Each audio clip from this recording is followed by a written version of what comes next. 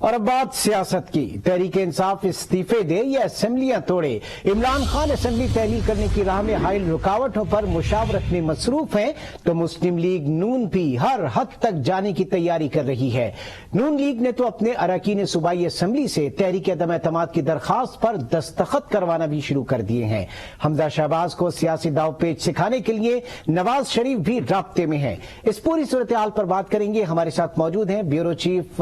لاہور سلیم شیخ۔ جی سلیم شیخ، نون league اور تحریک انصاف اس صورتحال سے سیاسی فائدہ اٹھانے کے لیے کیا کیا حکمت عملی اپنا رہی ہے، آگاہ کیجیے گا۔ جی بالکل، دیکھیے کہ لاہور کا موسم سرد ہو گیا ہے لیکن سیاست جو ہے وہ گرم ہو گئی ہے۔ زمان پارک میں بھی جو ہے وہ سیاسی جو بیٹھک ہے وہ بڑھ گئی ہے۔ عمران خان سے جو ہے وہ پی ٹی آئی کے اراکین اسمبلی کے جو ہے ان ملاقاتوں کا سلسلہ جاری ہے اور عمران خان نے جو کارڈ کھیلا ہے کہ وہ اسمبلیوں سے باہر جا رہے ہیں، اس پر مشاورت جاری ہے۔ آئینی اور قانونی ماہرین سے بھی مشاورت جاری ہے، سیاسی ماہرین سے بھی مشاورت جاری ہے اور اب فیصلہ جو ہے وہ آئندہ چند دنوں میں کر لیا جائے گا کہ اسمبلیوں سے کیسے باہر ہونا ہے، استعفے دیے جانے ہیں یا اسمبلیاں توڑنی ہے۔ یہ تمام کا تمام کارڈ جو ہے وہ تحریک انصاف کے ہاتھ میں ہے۔ پرویز الہی جو ہے وہ اس پر حتمی فیصلہ کریں گے عمران خان کی مشاورت کے بعد، عمران خان کی ہدایت کے بعد۔ پرویز الہی کی آج ملاقات متوقع تھی لیکن وہ ملاقات نہیں ہو سکی اور اب ہمارے ذرائع جی کہتے ہیں آئندہ 2 سے 3 روز میں جو ہے پرویز الہی عمران خان سے ملاقات کریں گے اور عمران خان جو ان کو ہدایت دیں گے اس پر عمل درآمد کیا جائے گا۔ اور مسلم لیگ نون جو ہے وہ اس کوشش میں ہے کہ ملک کی موجودہ سیاسی صورتحال سے ہمیں آگاہ کر رہے تھے بیورو چیف لاہور سلیم شیخ، آپ کا بہت شکریہ۔